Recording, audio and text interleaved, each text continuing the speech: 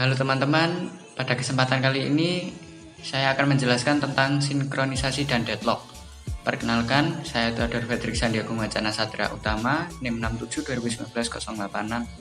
dari Fakultas Teknologi Informasi Universitas Kristen Satya Wacana Salatiga. Kita akan menjelaskan sinkronisasi terlebih dahulu. Yang pertama, apa itu sinkronisasi? Sinkronisasi merupakan suatu proses pengaturan jalannya beberapa proses pada waktu yang bersamaan dalam menyamakan waktu dan data supaya tidak terjadi inkonsistensi atau ketidakkonsistenan dari sebuah data akibat adanya akses data secara konkuren agar hasilnya bagus dan sesuai dengan apa yang diharapkan. Masalah dan solusi dalam sinkronisasi itu ada race condition sama critical section. Yang pertama, race condition. Race condition adalah situasi di mana beberapa proses mengakses dan memanipulasi data bersama pada saat yang bersamaan. Nilai akhir dari data bersama tersebut tergantung dari proses yang terakhir selesai. Untuk mencegah race condition, proses-proses yang berjalan bersamaan harus disinkronisasi. Cara untuk menghindari race condition adalah kita harus dapat menjamin bahwa jika suatu proses sedang menjalankan critical section, maka proses lain tidak boleh masuk ke dalam critical section tersebut. Yang kedua adalah critical section. Critical section adalah segmen kode yang mengakses data yang digunakan proses secara bersama-sama yang dapat membawa proses itu ke bahaya race condition. Biasanya sebuah proses sibuk melakukan perhitungan internal dan hal-hal lainnya tanpa ada bahaya yang menuju race condition pada sebagian besar waktu. Akan tetapi, biasanya setiap proses memiliki segmen kode di mana proses itu dapat mengubah variabel, mengupdate suatu tabel, menulis ke suatu file, dan lainnya, yang dapat membawa proses itu ke bahaya race condition.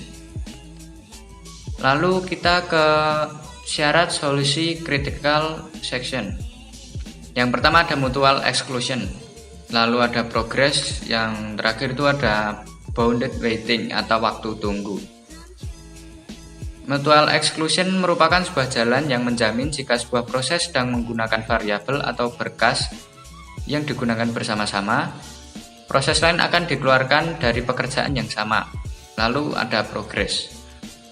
Jika tidak ada proses yang sedang menjalankan critical section-nya dan jika terdapat lebih dari satu proses lain yang ingin masuk ke critical section, maka hanya proses-proses yang tidak sedang menjalankan remainder section-nya yang dapat berpartisipasi dalam memutuskan siapa yang berikutnya akan masuk ke critical section. Ini tidak dapat ditunda secara terbatas, sehingga tidak terjadi deadlock. Yang terakhir terdapat bounded waiting atau waktu tunggu.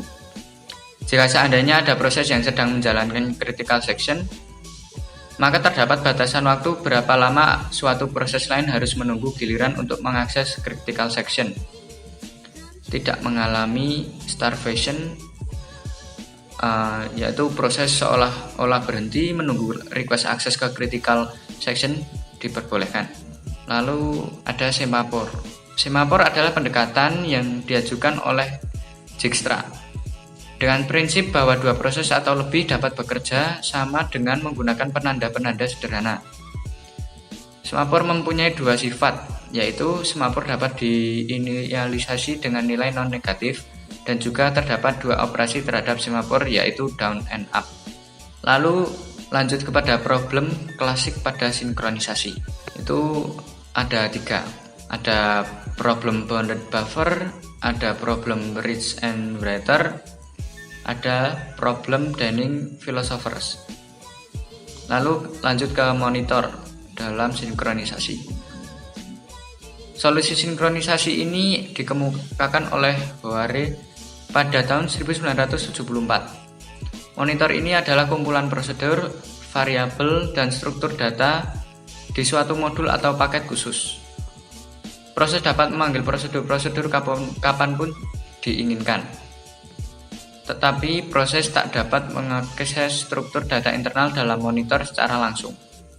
Hanya lewat prosedur-prosedur yang dideklarasikan monitor untuk mengakses struktur internal. Lalu kita akan berlanjut kepada deadlock. Yang pertama, apa sih deadlock? Deadlock dalam arti sebenarnya adalah kebuntuan. Kebuntuan yang dimaksud dalam sistem operasi adalah kebuntuan proses. Jadi deadlock ialah suatu kondisi di mana proses tidak berjalan lagi atau tidak ada komunikasi lagi antar proses.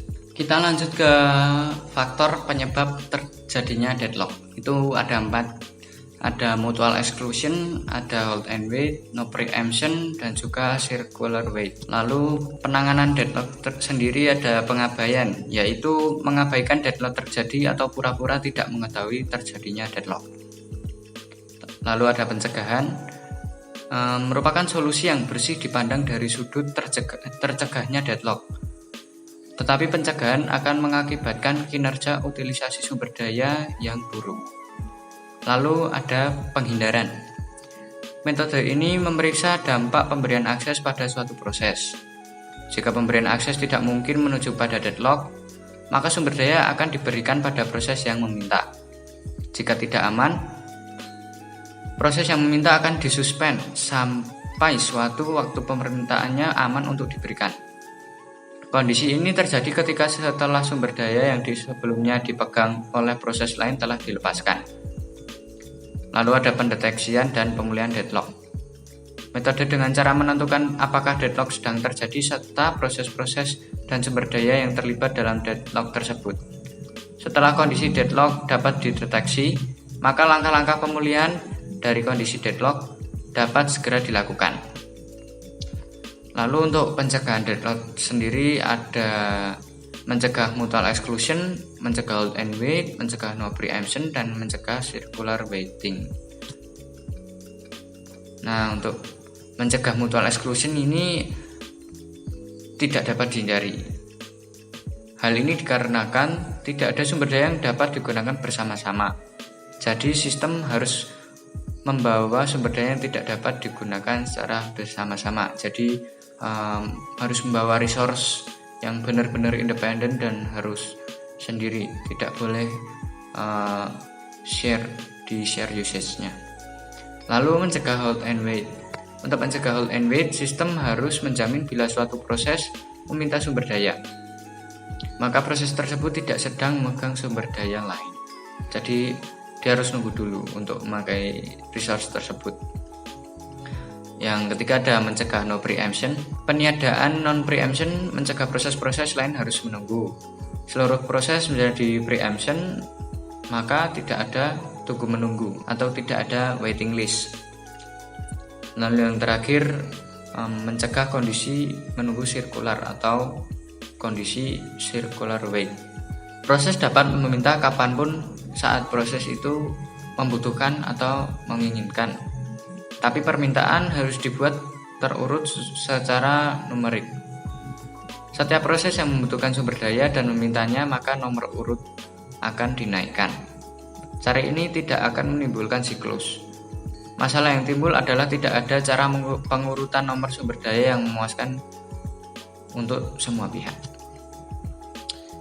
Ya, untuk materi sinkronisasi dan deadlock cukup sampai di sini.